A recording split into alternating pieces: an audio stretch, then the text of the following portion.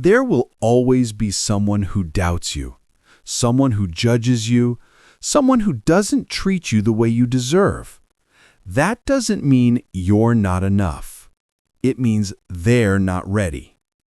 Don't lower your standard to fit their comfort level. Don't shrink yourself just to stay close. The right people won't need you to prove anything. You are not here to manage the emotions of others. You are not here to earn the bare minimum. You are here to live a life that reflects your values, your strength, your worth. And anyone who cannot meet that energy, you bless them and move on. Stop giving people unlimited access to your emotional state. Protect it, guide it, stand by it. Because the moment you stop trying to control how others treat you, you start leading yourself. And that's where real peace begins. Not in changing the world around you, but in changing what you allow to influence your inner world. And when you do that, you'll finally realize that the freedom you were chasing from other people's behavior was always yours to create. Choose not to explain yourself when it's pointless. One of the most liberating decisions you will ever make in life is choosing not to explain yourself when you know it won't change anything. Not because you're avoiding accountability, not because you're hiding something, but because you finally realized that your peace matters more than forcing people to understand what they're not open to seeing. You reach a point where you understand that your energy is limited, and every time you explain yourself to someone who already made up their mind, you give away a part of that energy you will never get back.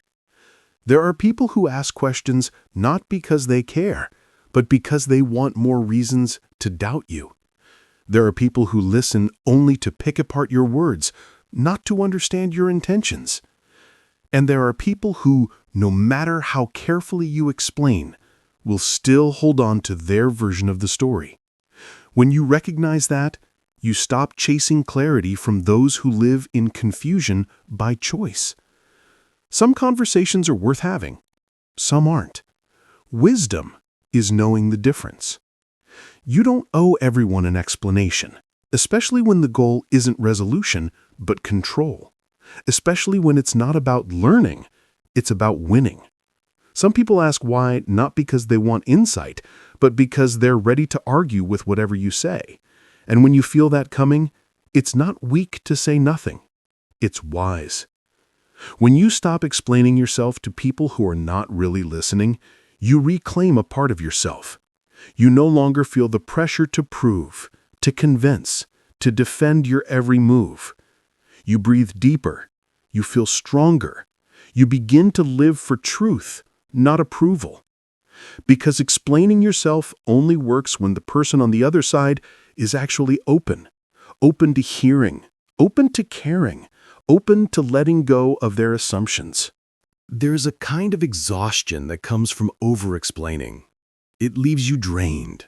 It leaves you second-guessing yourself. It keeps you stuck in cycles of trying to manage someone else's thoughts. But that's not your job. You're not responsible for fixing someone's opinion. You're responsible for living with integrity and letting that speak for itself. If someone misunderstands you and you've done your part to be clear, then you've done enough. Beyond that, it's out of your hands. And it's a waste of your time to keep revisiting a situation just to feel seen by someone who doesn't want to see you clearly. When you hold back from explaining, at first it feels uncomfortable. You feel the urge to defend. You want to make things right. But over time, that discomfort turns into clarity. You realize that your silence is not weakness. It's a boundary. It's you saying, I'm not going to spend my life trying to be understood by people who don't value understanding. You begin to say less and live more.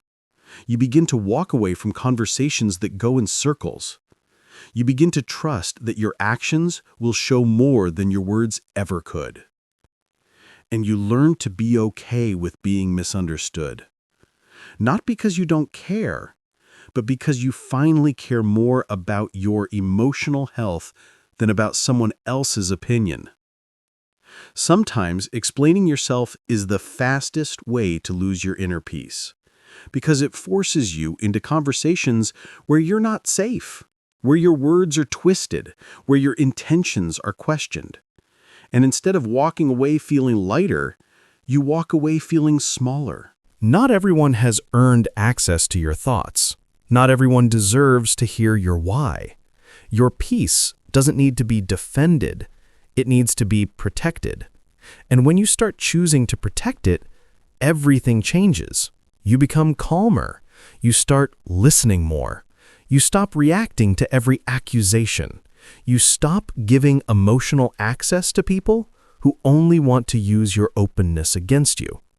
You also start paying attention to your patterns. You start asking yourself, why do I feel the need to explain this? Is it coming from clarity, or is it coming from insecurity? Is this explanation helpful, or is it just me trying to be liked? These questions keep you honest. They help you see when you're explaining from strength and when you're explaining from fear. You will feel the pull to explain yourself in moments of pressure. When someone questions your decision, when someone misreads your silence, when someone labels you without knowing your story, that pull will be strong, but just because you feel it doesn't mean you have to follow it. You can sit with it. You can breathe through it. You can let it pass. And what you'll notice is that the people who really care, the ones who matter, they don't need long explanations. They already understand your heart. They already know your character. And when they don't, they ask with humility, not judgment. They give you space. They listen. They don't demand instant clarity. And those are the people who are worth your effort. But the ones who question your motives, ignore your history, and press you for answers just to feel right, you don't need to explain yourself to them. That's not growth. That's a trap. And every time you fall into it, you shrink a little. You lose a little of your clarity. But when you step back, when you say less, when you hold your ground in silence, that's when you rise. You learn that silence doesn't always mean avoiding. Sometimes it means protecting. Sometimes it means choosing not to argue with someone's version of you. Sometimes it means respecting yourself enough to not waste another minute justifying what you know is true in your heart. You are not here to meet everyone's expectations. You're here to live in alignment with your values, to move with purpose, to make decisions that support your peace. And if someone can't understand that, no explanation will ever be enough. Stop explaining why you need space. Stop explaining why you've changed. Stop explaining why you chose your path. If it matters, your life will show it. If they care, they will understand it. And if they don't, your silence is still the right choice. You gain confidence every time you resist the need to explain what doesn't need explaining. You become lighter when you drop the pressure to make everyone agree with your decisions. You start walking in freedom when you realize that not every misunderstanding needs your time. There's a deep kind of power in being okay with people not getting you. It means you're free. It means your identity isn't built on outside approval. It means you're standing on a foundation that no one can shake with a question or a doubt. Live in such a way that you don't need to explain your every move. Be so rooted in your intention that silence feels stronger than explanation. Trust that your truth will speak, even if your words don't. And when it's pointless to explain, don't. Because the peace you'll feel from protecting your energy will always be more valuable than the temporary comfort of being understood by someone who never truly listened in the first place. Hold your energy when the world calls it out. There will be days when everything around you feels loud. People asking for things, deadlines pressing down, messages piling up, conflicts rising, Unexpected problems showing up when you least had the energy to deal with them. And in the middle of all of that, there's one thing the world keeps doing, pulling your energy in every direction. Everyone wants something. Everything feels urgent. And if you're not careful, you'll give yourself away piece by piece until there's nothing left for you. You have to learn how to hold your energy when the world pulls it out of you. Not because you're selfish, not because you don't care, but because you know how easily you can lose your peace if you don't protect it. This is about learning to stay steady in a world that's always moving fast. It's about not letting every demand, every distraction, and every emotion pull you away from your center. You don't owe your full emotional attention to everything that happens around you. Not every situation deserves your full reaction. Not every conversation needs your complete emotional investment. You get to choose where your energy goes. And that choice, when made consistently, will shape the quality of your life. There's a difference between being present and being pulled. Being present means you're here, but grounded. Being pulled means your mind, your emotions, and your focus are constantly being scattered by external forces. One text can ruin your whole day. One comment can shift your whole mood. One look from someone else, and suddenly you feel off balance.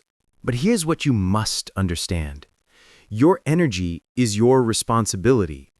You can't give the world permission to decide how much of yourself you hand out.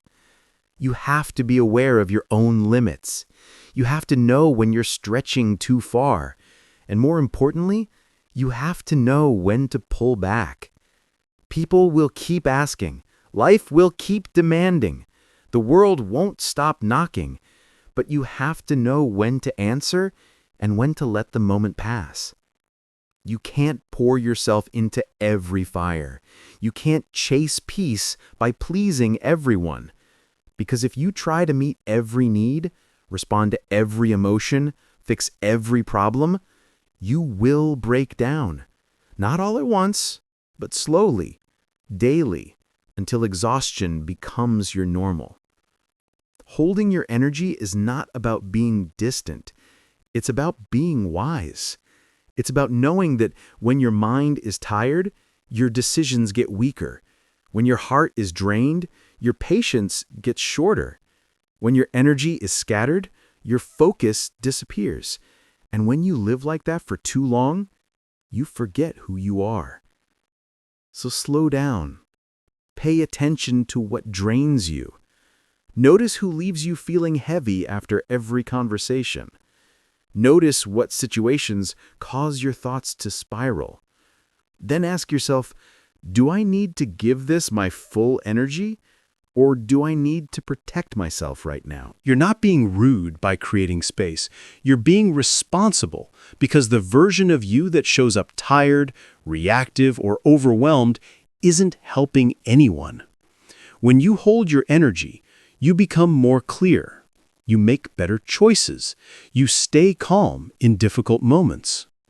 You're able to give from a place of strength, not obligation.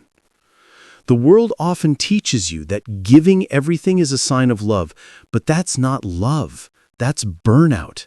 That's emotional exhaustion, dressed up as kindness. Real love starts with self-respect. And self-respect says, I can care deeply about others without losing myself in the process. You also have to stop giving emotional access to people who don't know what to do with it. Just because someone pulls at your attention doesn't mean they deserve your energy.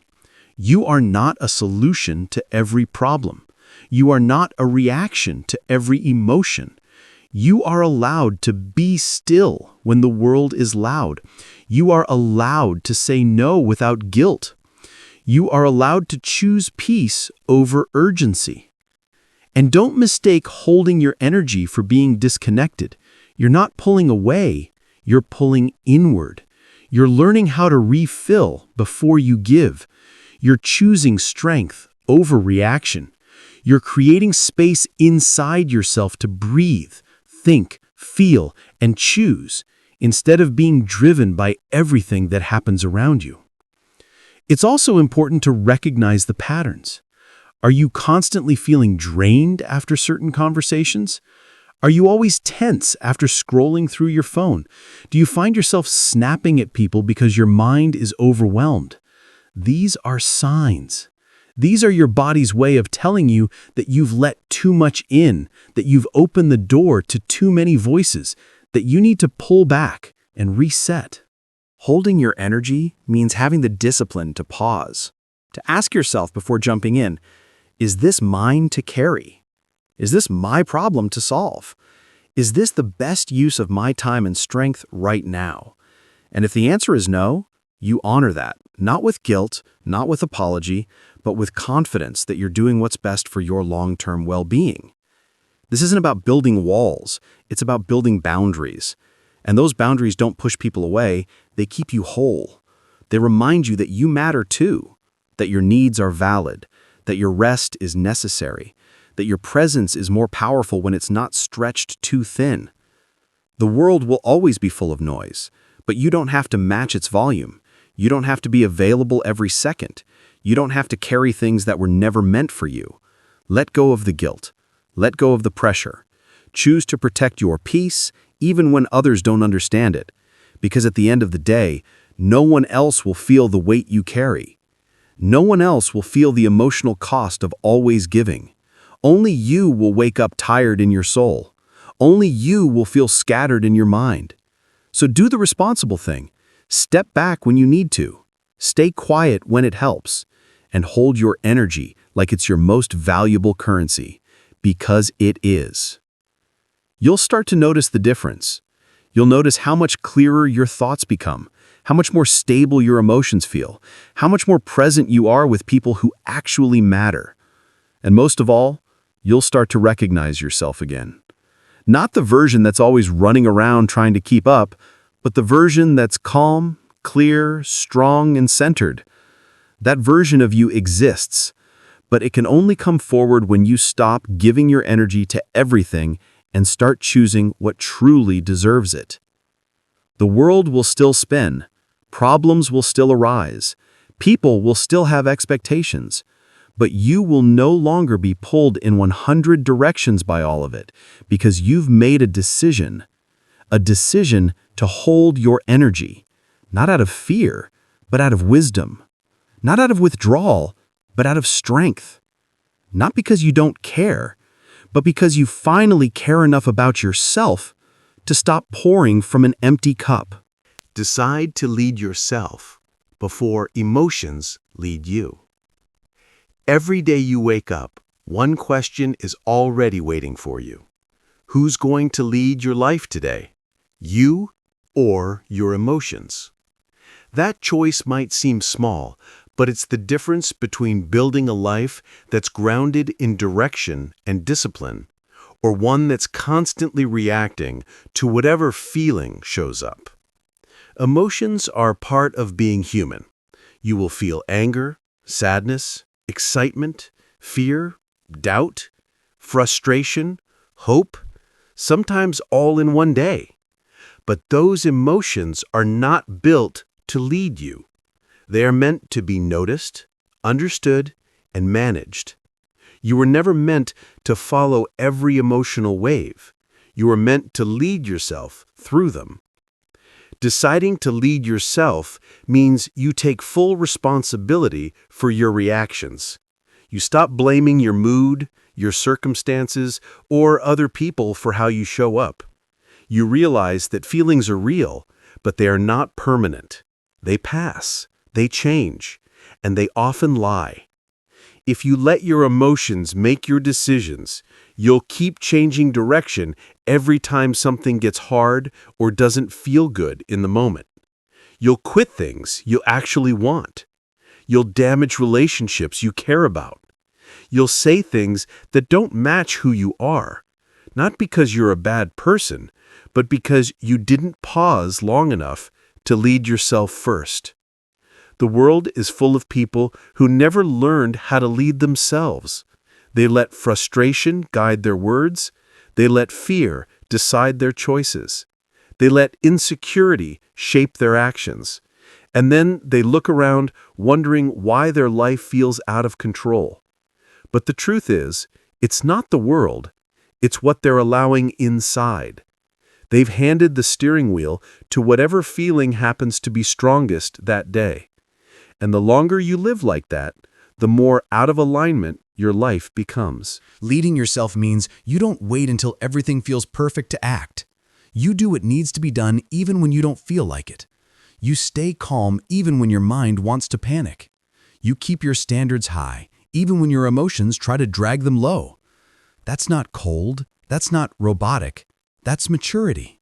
That's strength. That's leadership. And it starts from the inside out. You don't control what you feel. That part is natural. But you always control what you do with what you feel. And when you stop giving your emotions the final say, you begin to trust yourself more. You start walking through hard moments with more clarity. You stop avoiding discomfort and start facing it with purpose. You stop being driven by moods and start being driven by values. Most people wait for motivation. They wait to feel good before taking action. But real growth doesn't happen in those moments. It happens when you move forward despite how you feel. When you wake up tired but still show up. When you feel offended but still choose to respond calmly. When you feel overwhelmed but still take one step forward. That's what it means to lead yourself. Your emotions will always offer you shortcuts. React now. Say what you want without thinking. Quit because it's uncomfortable. Blame others. Avoid the hard thing. But leadership says, pause, breathe, think, choose. Ask yourself what kind of person you want to be and act like that, not based on your current emotion, but based on your long-term vision. You don't build a strong life by obeying every emotional impulse. You build it by staying steady when everything inside you wants to escape. You build it by doing the right thing when the easy thing feels better. And every time you choose to lead yourself in those moments, you become a little more confident, a little more stable, a little more aligned with who you really are. Emotions are temporary, but their consequences can be permanent.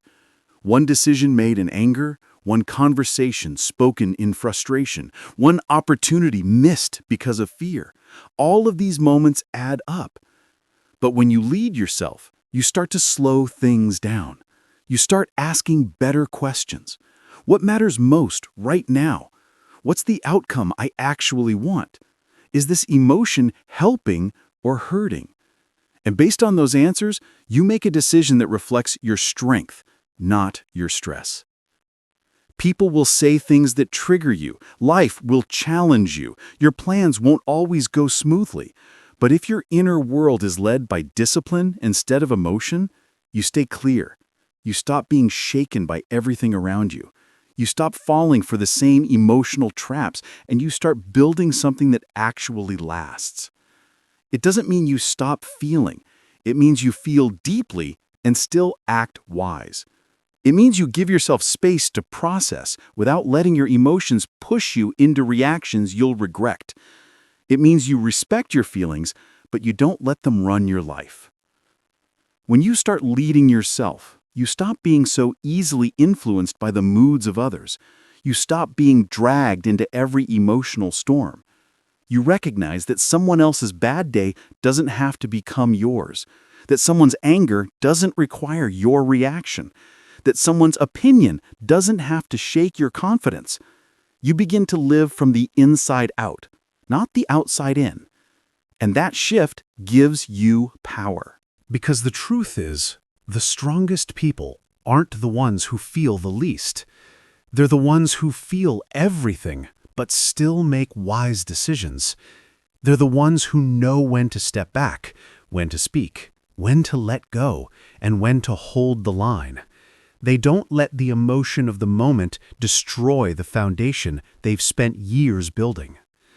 Leadership is not about being in control of everything. It's about being in control of yourself, even when everything around you feels out of control. It's about making decisions that align with your values, not your moods. It's about building a life that you don't have to escape from. Every time you choose to lead yourself first, you grow stronger. You start to develop trust with yourself. You begin to believe that no matter what comes up, you can handle it without losing yourself. And that belief creates confidence. Not a loud, flashy confidence, but a quiet, deep kind that can't be shaken easily. You'll start noticing the difference in your relationships. You'll communicate more clearly. You'll handle tension with calm. You won't need to win every argument. You won't have to prove your worth. Because when you lead yourself, your presence speaks for you. Your actions carry more weight. Your decisions inspire trust. Not because they're perfect, but because they're made with clarity, not chaos. There's something powerful about being able to say, I feel frustrated, but I'm not going to act on it right now. Or, I feel scared, but I'm going to keep moving. Or, I feel misunderstood, but I'm going to stay grounded. That's what real leadership looks like. And it doesn't start with managing others. It starts with managing your own mind. Make it a daily habit. Every morning, remind yourself, emotions will come, but I decide. Doubts will rise, but I choose. Pressure will build, but I choose my next step. And the more you practice this, the more natural it becomes. You stop needing to control everything around you because you've built strength within you. This is how you take control of your life, not by controlling your feelings, but by refusing to let them control you. Not by avoiding hard emotions, but by walking through them with discipline. Not by being unaffected, but by being grounded in something deeper than how you feel in the moment. That's what it means to lead yourself. To look emotion in the eye, respect its presence, and still choose your path with strength and wisdom. Not every day will be easy, but every day is another chance to show up, stay steady, and build a life that's led from within.